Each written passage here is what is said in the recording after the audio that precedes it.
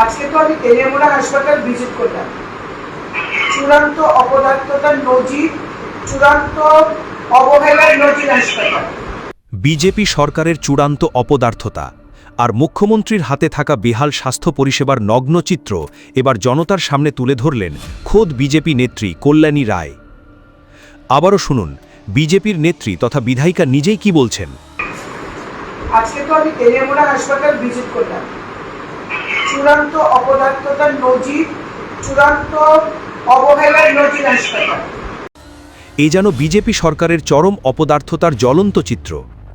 স্বাস্থ্য দপ্তরের বেহাল দশা, হাসপাতালগুলোর করুণ অবস্থা সবকিছুই এবার প্রকাশ্যে তুলে ধরলেন খোদ বিজেপি বিধায়িকা কল্যাণী রায়। ফেসবুক লাইভে দাঁড়িয়ে তিনি নিজেই জানিয়ে দিলেন রাজ্যের স্বাস্থ্য ব্যবস্থার কী দুরবস্থা।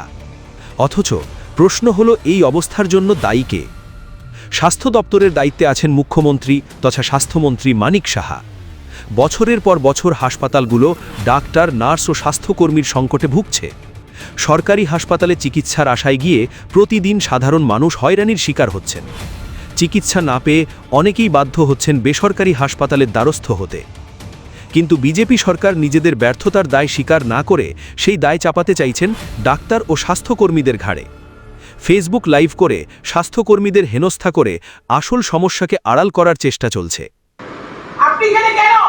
আয়ুষ্মান কই? আপনার কি দায়িত্ব? মানুষ হিসেবে লজ্জা করেন আপনার? ডাক্তার হিসেবে তো আপনার লজ্জা নেই, মানুষ হিসেবে তো লজ্জা থাকা উচিত। আপনাদের কি দায়িত্ব? আপনার কি দায়িত্ব? আপনি এখন এই মুহূর্তে তাকে শোকজ করবেন। আপনি জানেন না কেন আপনার স্টাফ নাই? আপনি গাউন দিচ্ছেন কি সকালবেলা উঠে? এ শুধু স্বাস্থ্য দপ্তরের চিত্র নয়, রাজ্যের প্রায় প্রতিটি দপ্তরেই একই বেহাল অবস্থা। স্কুল কলেজে শিক্ষক নেই, শিক্ষার মান তলানিতে। অথচ সমস্যার সমাধান না করে মন্ত্রী বিধায়িকারা হঠাৎ স্কুলে গিয়ে শিক্ষক শিক্ষিকাদের ধমকাচ্ছেন আর সেই দৃশ্য ফেসবুক লাইভে প্রচার করছেন। কেন আপনি চালাকি করেন? নিজেদের ব্যর্থতা ঢাকতেই এই পাবলিসিটি স্টান্ট শুরু বিজেপির। আর আজ তেলিয়ামুড়া মহকুমা হাসপাতালে ঢুকে একই স্টান্টবাজি করে আসলেন নেত্রী, যদিও এটা তিনি মাঝে মধ্যেই করে থাকেন। কল্যাণী রায় তো সরকারের মুখ্য সচেতক।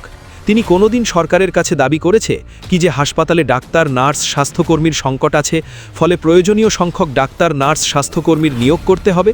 না, এই কথা বলেনি। তিনি নিজেও চান না যে স্কুল কলেজে শিক্ষক, অধ্যাপক, হাসপাতালে ডাক্তার, নার্স, স্বাস্থ্যকর্মী নিয়োগ হোক।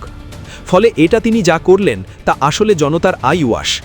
প্রতিদিন হাসপাতালগুলিতে মানুষ গিয়ে কোনো পরিষেবা না পেয়ে ক্ষিপ্ত হচ্ছে। জনগণের এই ক্ষোভকে অন্যদিকে ঘুরিয়ে সংকটে জর্জরিত কর্মচারীদের ওপর দিয়ে চালিয়ে দিতেই এই নাটক।